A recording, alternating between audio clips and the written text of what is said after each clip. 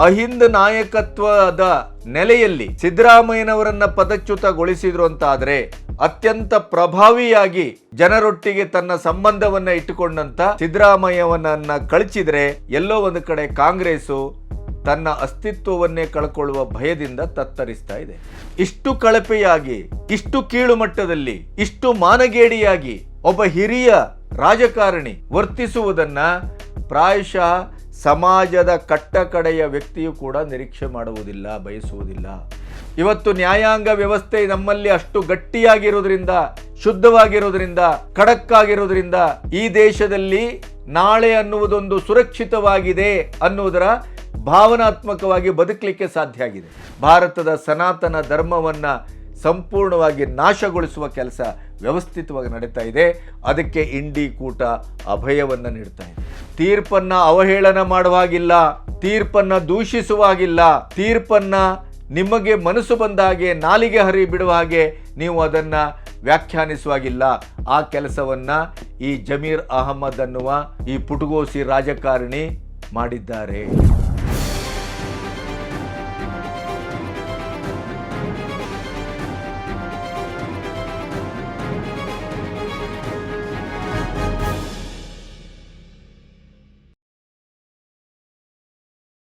ನಮಸ್ತೆ, B Ganapati news ಚಾನಲಿಗೆ ಸ್ವಾಗತ.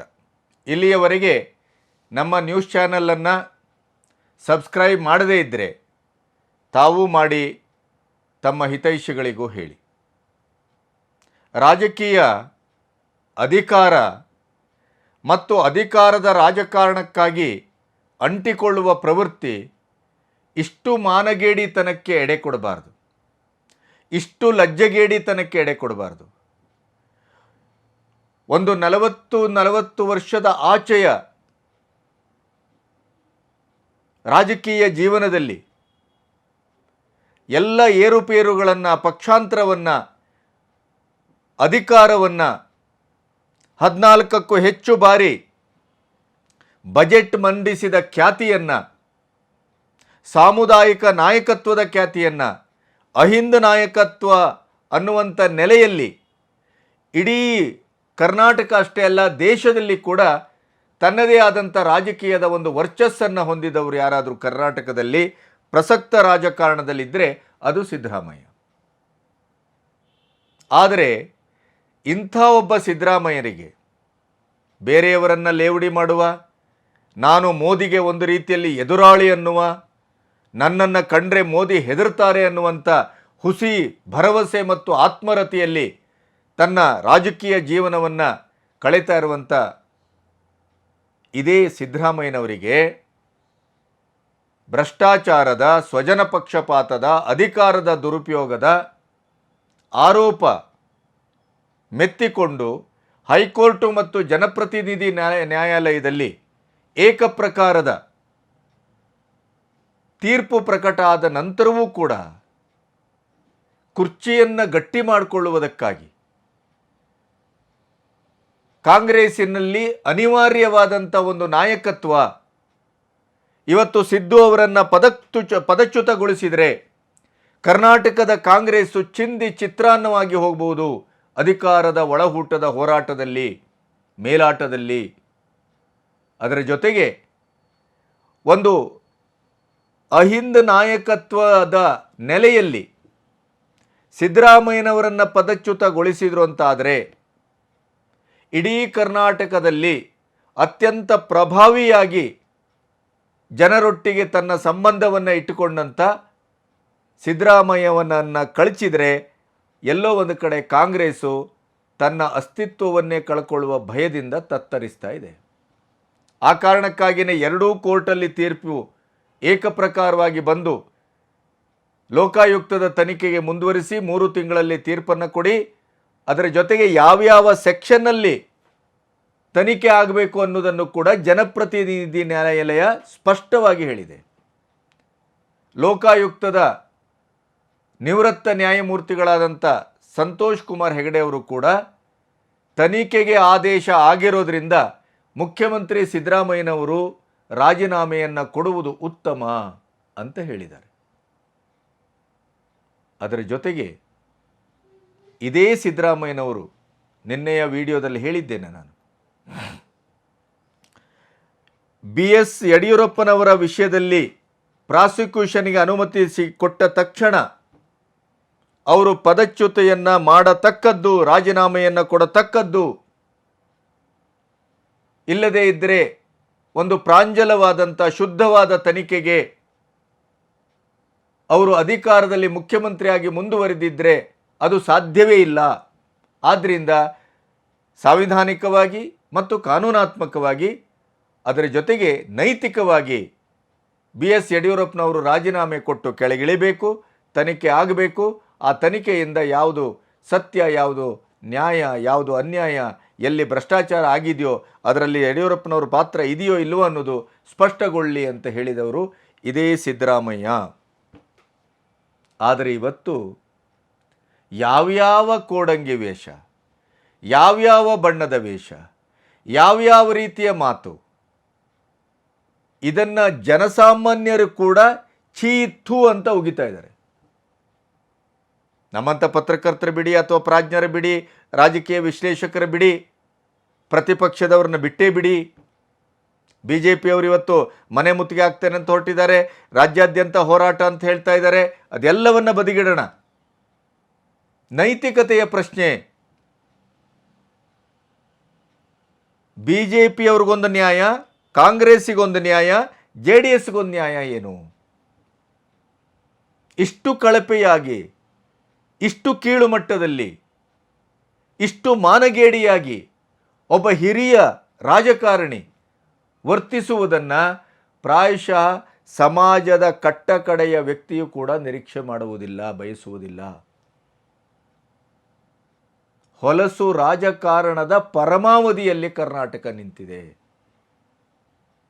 ಮೋದಿಯವರು ಹರಿಯಾಣದ ಸೋನಿಪತ್ನಲ್ಲಿ BJP ಚುನಾವಣಾ ಸಮಾವೇಶವನ್ನು ಉದ್ದೇಶಿಸಿ ಮಾತಾಡುವಾಗ ನಿನ್ನೆ ಕರ್ನಾಟಕದ ಸರ್ಕಾರ 2 ವರ್ಷದ ಅಂಚಿನಲ್ಲಿದೆ, ಅಷ್ಟು ಹೊತ್ತಿಗಾಗಲೇನೆ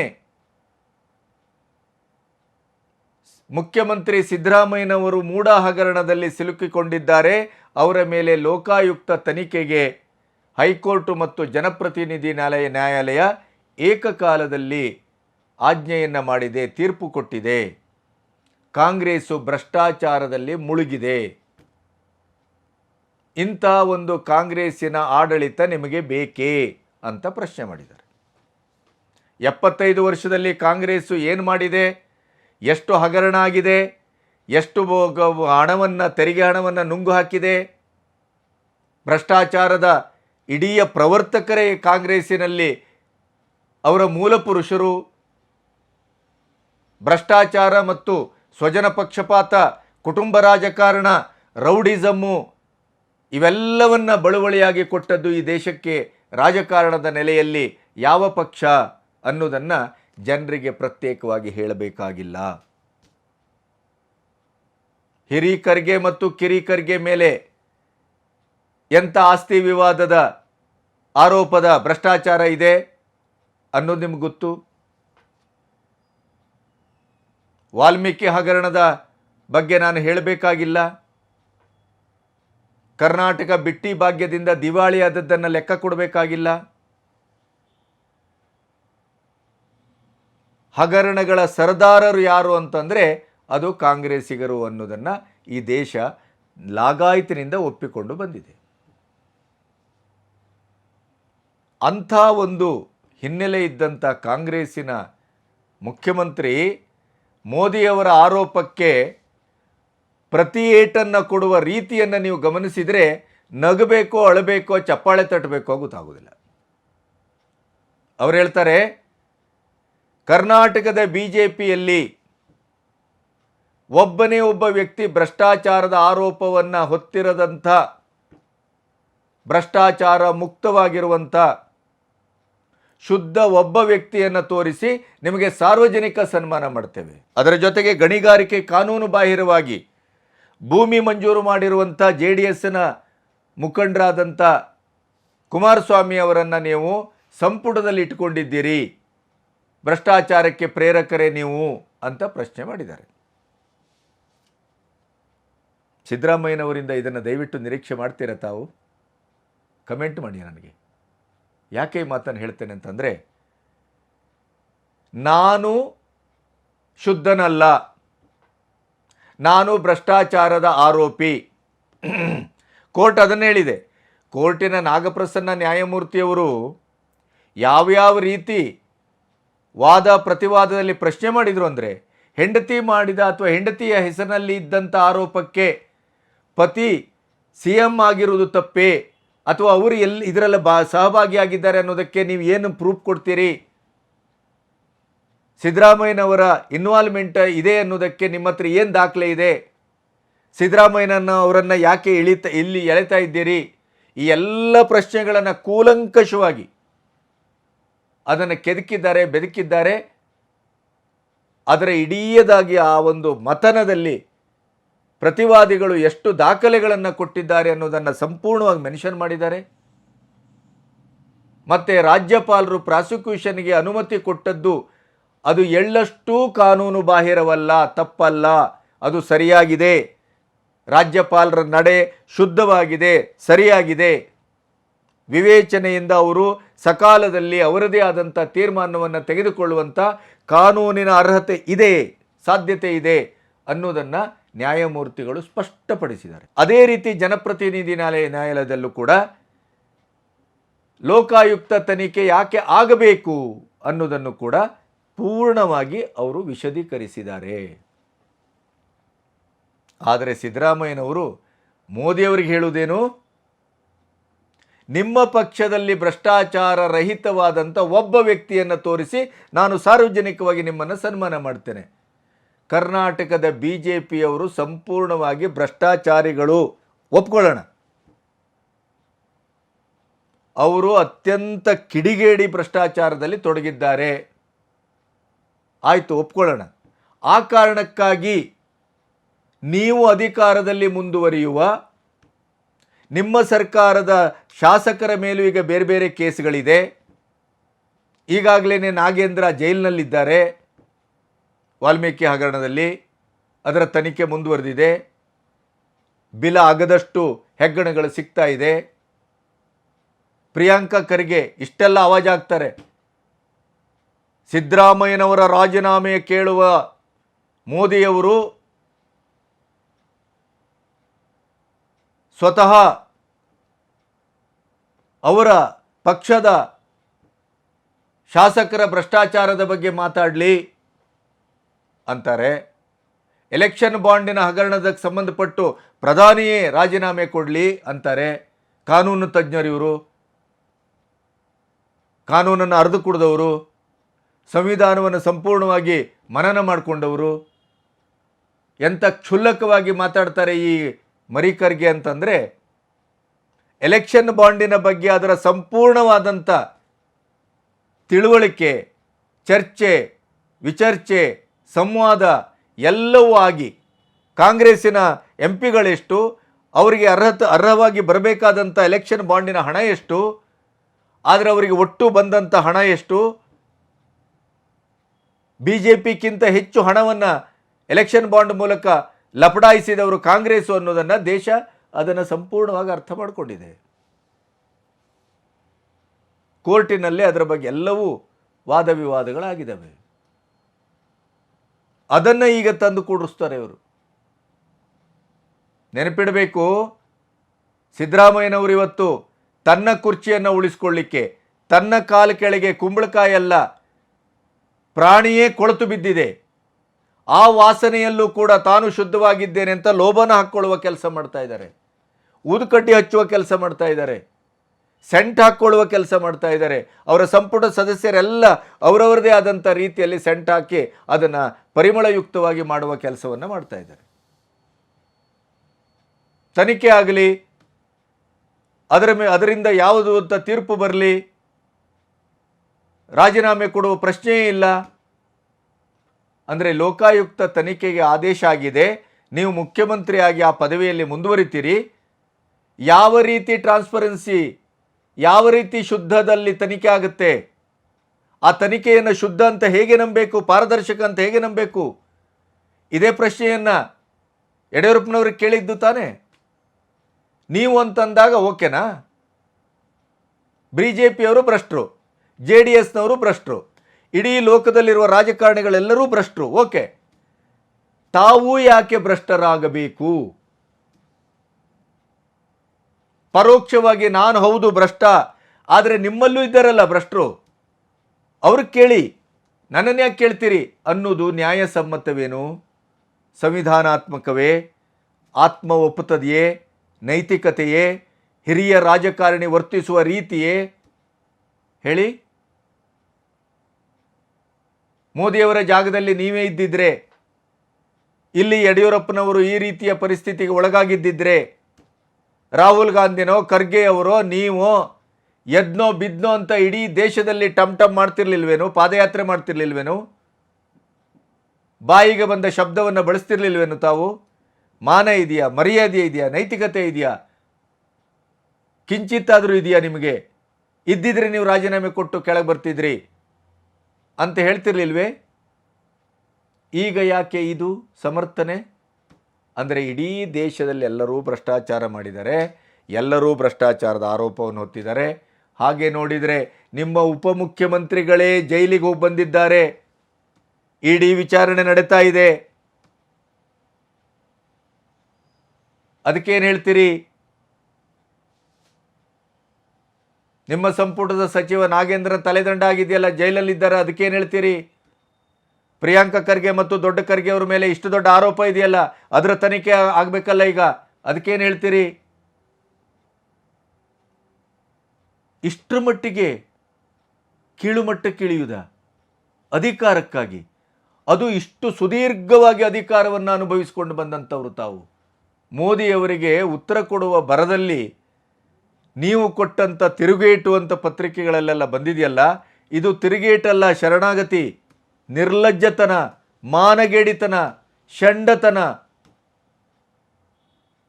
56 ಇಂಚಿನ ಮೋದಿ ಅಂತಿರಲ್ಲ ನೀವು, ನಿಮ್ಮ ಅಜಾನುಬಾಹುತ್ವಕ್ಕೆ ಪಬ್ಲಿಕಲ್ಲಿ ಇಂಜಿನಿಯರಿಗೆ ಕಪಾಳ ಮೋಕ್ಷ ಮಾಡಲಿಕ್ಕೆ ಹೋಗಿದ್ರಲ್ರಿ ತಾವು.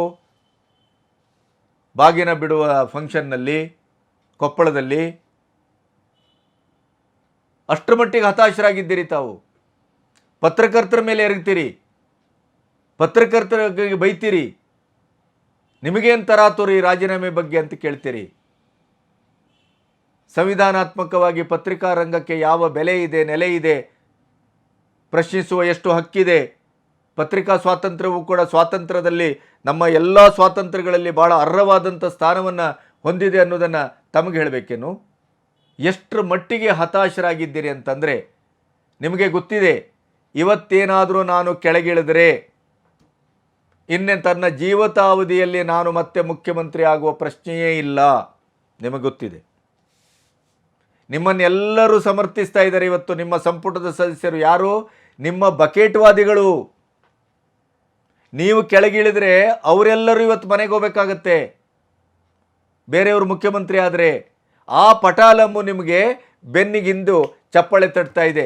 ನೀವು ಇವತ್ತು ಹೊಂಡಕ್ಕೆ ಬಿದ್ದಿದ್ದು ಅವರಿಂದಲೇ. ನಿಮ್ಮ ಕತೆ ಹೀಗಾದರೆ ಈಗ ಜಮೀರ್ ಅಹಮ್ಮದ್ ವಸತಿ ಸಚಿವನ ಕತೆ ಇನ್ನೂ ಬಾಕಿ ಇದೆ. ಈ ದೇಶದಲ್ಲಿ ಇವತ್ತು ಏನಾದರೂ ಭರವಸೆ ಬದುಕಿಗೆ, ಸಮಾಜಕ್ಕೆ ಇದ್ದರೆ ಅದು ನ್ಯಾಯಾಂಗ ವ್ಯವಸ್ಥೆಯ ಗಟ್ಟಿತನ. ಇವತ್ತು ನ್ಯಾಯಾಂಗ ವ್ಯವಸ್ಥೆ ನಮ್ಮಲ್ಲಿ ಅಷ್ಟು ಗಟ್ಟಿಯಾಗಿರೋದ್ರಿಂದ, ಶುದ್ಧವಾಗಿರೋದ್ರಿಂದ, ಖಡಕ್ಕಾಗಿರೋದ್ರಿಂದ ಈ ದೇಶದಲ್ಲಿ ನಾಳೆ ಅನ್ನುವುದೊಂದು ಸುರಕ್ಷಿತವಾಗಿದೆ ಅನ್ನುವುದರ ಭಾವನಾತ್ಮಕವಾಗಿ ಬದುಕಲಿಕ್ಕೆ ಸಾಧ್ಯ ಆಗಿದೆ. ಕಾರ್ಯಾಂಗ ಕೆಟ್ಟಿದೆ, ಶಾಸಕಾಂಗ ಕೆಟ್ಟಿದೆ. ನಮ್ಮ ಸೈನ್ಯವನ್ನು ಕಲುಷಿತಗೊಳಿಸುವಂಥ ಕೆಲಸವನ್ನು ರಾಹುಲ್ ಗಾಂಧಿ ಅವರು ಮಾಡ್ತಾ ಇದ್ದಾರೆ. ಇಡೀ ದೇಶದ ಅಸ್ಮಿತೆಯನ್ನು ಕೆಡಿಸುವ ಕೆಲಸವನ್ನು ಮಾಡ್ತಾ ಇದ್ದಾರೆ. ಇಡೀ ದೇಶದ ಅಖಂಡತೆಯನ್ನು ಕೆಡಿಸುವ ಕೆಲಸವನ್ನು ಮಾಡ್ತಾ ಇದ್ದಾರೆ.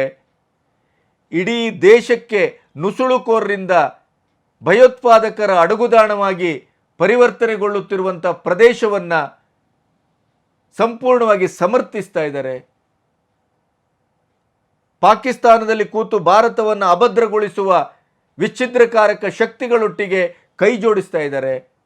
ಇವೆಲ್ಲವೂ ಆಗ್ತಾ ಇದೆ. ಭಾರತದ ಸನಾತನ ಧರ್ಮವನ್ನು ಸಂಪೂರ್ಣವಾಗಿ ನಾಶಗೊಳಿಸುವ ಕೆಲಸ ವ್ಯವಸ್ಥಿತವಾಗಿ ನಡೀತಾ ಇದೆ. ಅದಕ್ಕೆ ಇಂಡಿ ಕೂಟ ಅಭಯವನ್ನು ನೀಡ್ತಾ ಇದೆ.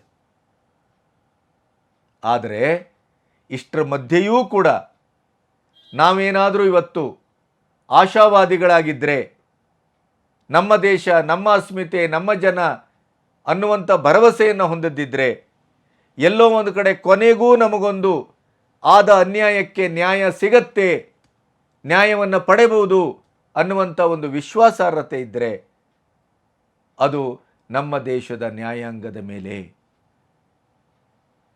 ಇಲ್ಲಿಯವರೆಗೆ ನ್ಯಾಯಾಂಗ ಬೇರೆ ಬೇರೆ ರೀತಿಯಿಂದ ಕೆಲವು ಕಡೆ ಪಾರ್ಶ್ವಲಿ ಅದು ಎಲ್ಲೋ ಒಂದು ಕಡೆ ನಮಗೆ ಅದು ಕೆಟ್ಟೋಗಬಹುದೇ, ಅದು ಅಸ್ಥಿರಗೊಳ್ಳಬಹುದೇ, ಈ ರೀತಿ ವಿಳಂಬ ನೀತಿ, ವಿಳಂಬ ನ್ಯಾಯ, ಏನೇನೋ ಅಲ್ಲಿ ಕೆಲವು ಮನುಷ್ಯ ಸ್ವಭಾವದ ಈ ಸಮಾಜದಲ್ಲಿರುವ ಕೆಲವು ಹುಳಗಳೇ ಅಲ್ಲಿಯೂ ಸೇರಿಕೊಂಡು ಅಲ್ಲಿಯ ವ್ಯವಸ್ಥೆಯನ್ನು ಕೆಡಿಸುವ ಕೆಲಸವನ್ನು ಮಾಡಿದಾಗ ನಮಗೆ ನ್ಯಾಯಾಂಗದ ಬಗ್ಗೆ ಆಕ್ಷೇಪಿಸುವ ಮತ್ತು ನ್ಯಾಯಾಂಗದ ಬಗ್ಗೆ ಭಯ ಹುಟ್ಟುವ ಪರಿಸ್ಥಿತಿ ನಿರ್ಮಾಣ ಆಗಿದೆ, ಇಲ್ಲ ಅಂತಲ್ಲ. ಆದರೆ ಒಟ್ಟಾಗಿ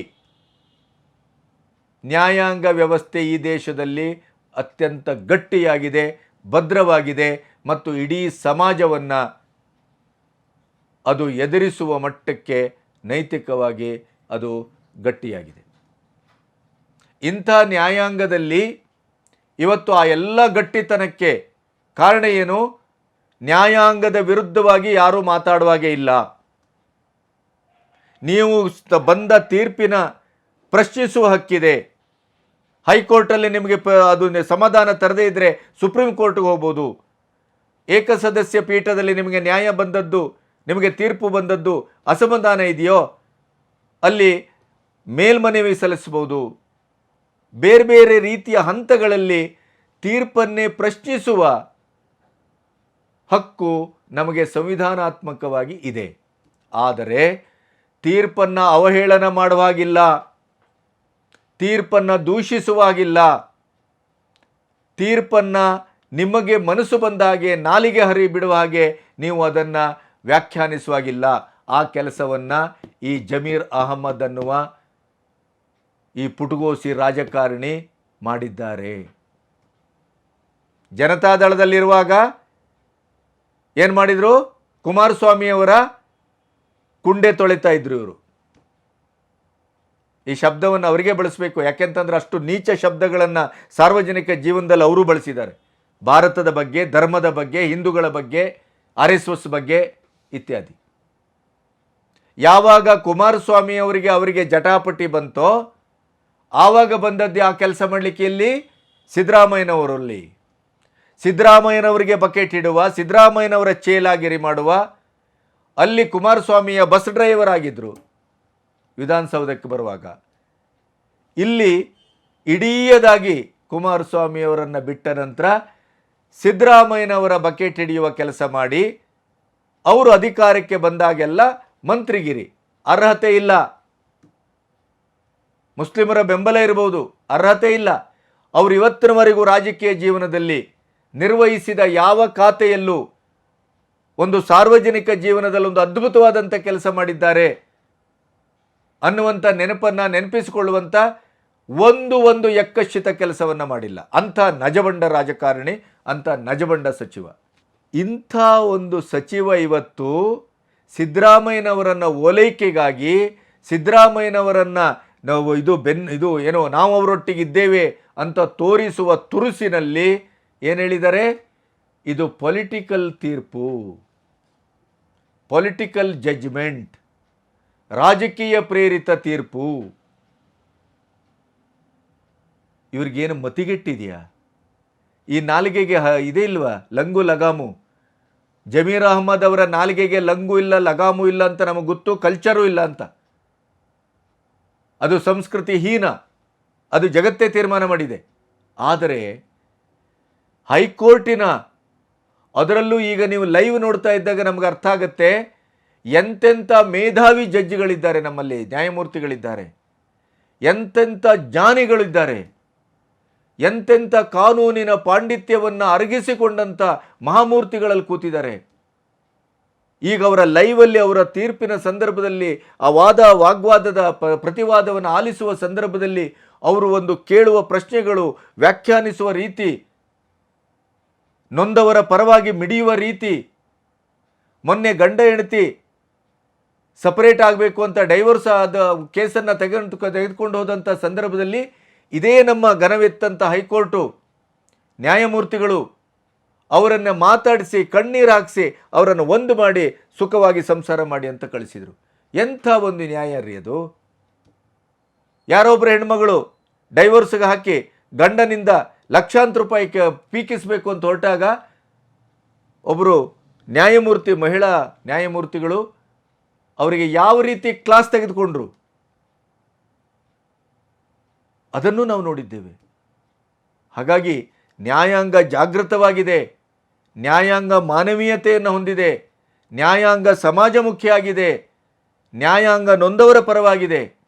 ಸಾಕ್ಷ್ಯಗಳ ಆಧಾರದಲ್ಲಿ ಕೆಲವು ಸರಿ ನಮಗೆ ನ್ಯಾಯ ಮತ್ತು ಅನ್ಯಾಯದ ಮಧ್ಯೆ ಇರುವ ಗೆರೆಯ ಅಂದಾಜು ಆಗದೇ ಇರಬಹುದು, ತಪ್ಪುಗಳು ಆಗಬಹುದು, ಅದನ್ನು ಪ್ರಶ್ನಿಸುವ ಹಕ್ಕಿದೆ.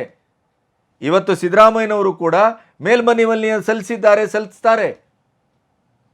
ಅದೇ ರೀತಿ ಪ್ರತಿವಾದಿಗಳು ಕೂಡ ಇಲ್ಲ ನಮಗೆ CBIಗೆ ಕೊಡಬೇಕು ಅಂತ ಈಗ ಮತ್ತೆ ಅಬ್ರಾಹಮು, ಪ್ರದೀಪನೋ, ಸ್ನೇಹಮಯ ಕೃಷ್ಣನೋ ಹೋಗ್ತಾರೆ. ಇದೇ ಈ ನಾಲಿಗೆ ಹರಿಬಿಟ್ಟಂಥ ಜಮೀರ್ ಅಹ್ಮದ್ ಖಾನ್ ಅವರ ಈ ಹೈಕೋರ್ಟಿನ ತೀರ್ಪನ್ನು ಪೊಲಿಟಿಕಲ್ ತೀರ್ಪು ಅಂತ ಅವರು ಹೇಳಿದ್ದನ್ನು ಅಬ್ರಾಹಂ ಅವರು ಈಗಾಗಲೇ ಅದನ್ನು ಕೋರ್ಟಿನಲ್ಲಿ ಕಂಟೆಂಪ್ಟ್ ಆಫ್ ದ ಕೋರ್ಟ್ ಅಂತ ಅವರು ಅದನ್ನು ಪ್ರಶ್ನಿಸಲಿಕ್ಕೆ ಹೊರಟಿದ್ದಾರೆ. ಗ್ಯಾರಂಟಿ ಇವರಿಗೆ ಜೈಲೂಟ. ನಮ್ಮ ದೇಶದಲ್ಲಿ ಕಂಟೆಂಪ್ಟ್ ಆಫ್ ದ ಕೋರ್ಟಿಗೆ ಯಾವತ್ತೂ ನ್ಯಾಯಾಂಗದಲ್ಲಿ ಮಾಫಿ ಸಿಗುವುದಿಲ್ಲ. ಸಿದ್ದರಾಮಯ್ಯ ಆದರೂ ಬಚಾವಾಗ್ಬೋದೇನೋ, ಜಮೀರ್ ಅಹ್ಮದ್ ಖಾನ್ ಬಚಾವಾಗೋದು ಕಷ್ಟ. ಮತ್ತು ಅವರಿಗೆ ತಕ್ಕ ಶಾಸ್ತಿ ಆಗಲೇಬೇಕು, ಶಿಕ್ಷೆ ಆಗಲೇಬೇಕು. ಏನಂತ ತಿಳಿದಿದ್ದಾರೆ? ಶರಿಯತ್ ಕಾನೂನು ಅಂತ ಭಾವಿಸಿದಾರ ನಮ್ಮ ನ್ಯಾಯಾಂಗ ಅಂದರೆ? ಇವರ ಉದ್ದಟತನಕ್ಕೆ ಇಂಥ ಒಂದು ನ್ಯಾಯಾಂಗ ವ್ಯವಸ್ಥೆ, ಇಂಥ ಒಂದು ಸಾಂವಿಧಾನಿಕವಾದಂಥ ಚೌಕಟ್ಟು ಇರುವಾಗಲೇ ಇಷ್ಟು ಇವರು ಆಟ ಆಡುವವರು ನಾಳೆ ಏನಾದರೂ ಹೆಚ್ಚು ಕಮ್ಮಿ ಆಗಿ ಇದೆಲ್ಲವೂ ಅಡಿಮೇಲೂ ಬುಡಮೇಲೂ ಆದರೆ ಇವರ ಕೈಗೆ ಸರ್ವಾಧಿಕಾರವೇನಾದರೂ ಸಿಕ್ಕಿಬಿಟ್ರೆ ಏನಾಗ್ಬೋದು ಈ ದೇಶದ ಅವಸ್ಥೆ?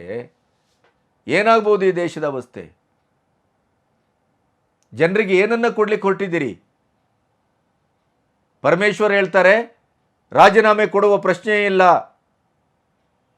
ತನಿಖೆ ಆಗಲಿ, ನಾವು ಎಲೆಕ್ಷನಲ್ಲಿ ಗೆದ್ದಿದ್ದೇವೆ, ಮುಂದುವರಿತೇವೆ. ನಿಮ್ಮ ಅಪ್ಪನ ಆಸ್ತಿಯ ಜನತಂತ್ರ ವ್ಯವಸ್ಥೆ,